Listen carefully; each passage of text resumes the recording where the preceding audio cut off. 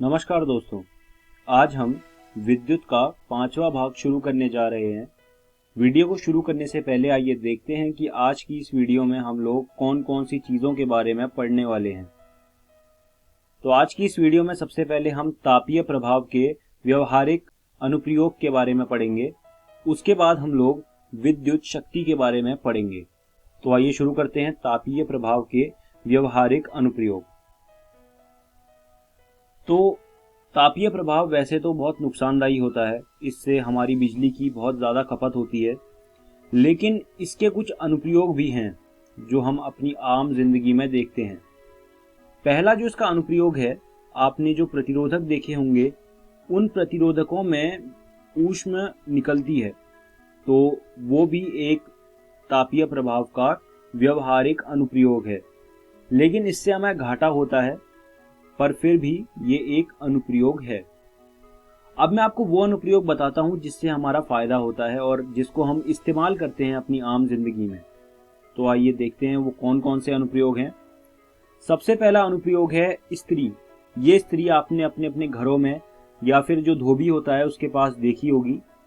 इससे हम क्या करते हैं, कपड़े प्रेस करते हैं, जो सिलवटें आई होती हैं उनको सही करते हैं।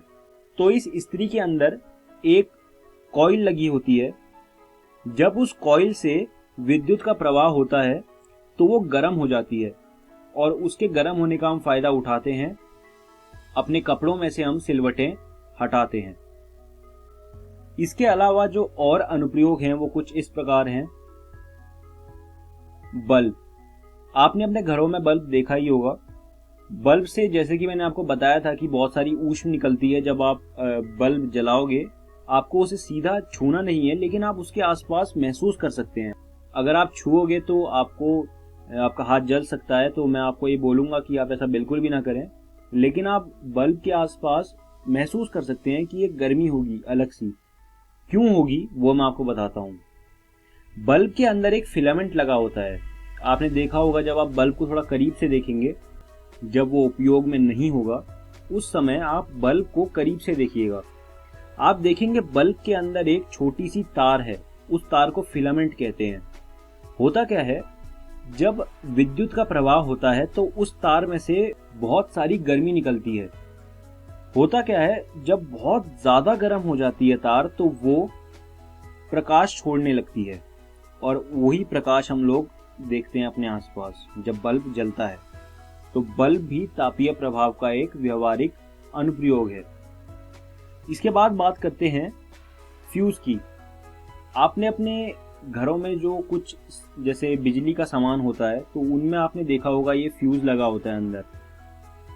या फिर जो घर की मेन सप्लाई होती है, जहाँ से आपके घर में बिजली आती है, आपने वहाँ भी देखा होगा एक फ्यूज लगा होता है। वो लेकिन ऐसा नहीं दिखता, उसका थोड़ा अलग रूप होता है। लेकिन ये जो फ्यूज है, ये आपके जो छोटे छोटे आपके बिजली के उपकरण होते हैं उसमें लगा हुआ मिलता है। अब इसका काम क्या है, आप देख सकते हैं इस फ्यूज के बीच में एक पतली सी तार है। होता क्या है, जब भारी मात्रा में विद्युत धारा आती है तो वो हमारे जो उपकरण हैं उन्हें खराब कर सकती है। तो उन उपकरणों को बचाने के लिए हम ये फ्यूज लगाते हैं। होता क्या है, जब भारी मात्रा में विद्युत धारा आती है तो इस फ्यूज के बीच में लगी हुई तार अपने आप पिघल जाती है।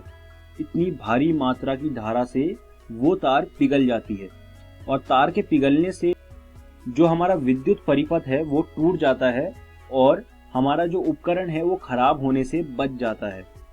तो जो हमारा ये फ्यूज है, ये भी तापीय प्रभाव का एक अनुप्रयोग है। अब बात करते हैं विद्युत शक्ति की। विद्युत शक्ति वह दर होती है जिस पर विद्युत परिपथ में ऊर्जा का प्रसार या उपभोग किया जाता है। विद्युत शक्ति का जो फॉर्मूला होता है वो होता है P इक्वल टू VI। यहाँ पर P जो है वो विद्युत शक्ति होती है।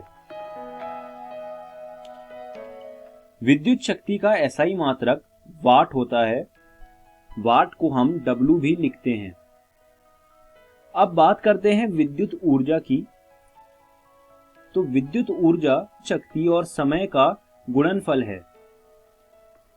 विद्युत ऊर्जा का जो एसआई मात्रक होता है वो जूल है। विद्युत ऊर्जा का एक और एसआई मात्रक होता है जो होता है किलोवाट आर, kWh, और 1 किलोवाट आर में 3.6 इंटू 10⁶ जूल होते हैं।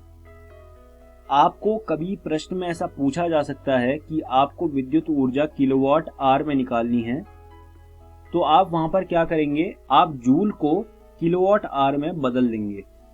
तो ये होती है विद्युत ऊर्जा। आप इन चीजों को अपनी कॉपियों में लिख लीजिए। इस वीडियो में हमने क्या क्या सीखा। सबसे पहले हमने तापीय प्रभाव के व्यवहारिक अनुप्रयोगों के बारे में पढ़ा और उसके बाद हमने विद्युत शक्ति के बारे में पढ़ा। मैं उम्मीद करता हूं आपको मेरी पढ़ाई हुई सारी चीजें समझ आई होंगी और आपको ये सुझाव देना चाहता हूं कि आप ये सारी चीजें एनसीईआरटी विज्ञान से पढ़ लीजिए और इन पर आधारित कुछ प्रश्न भी हल कर लीजिएगा। धन्यवाद दोस्तों।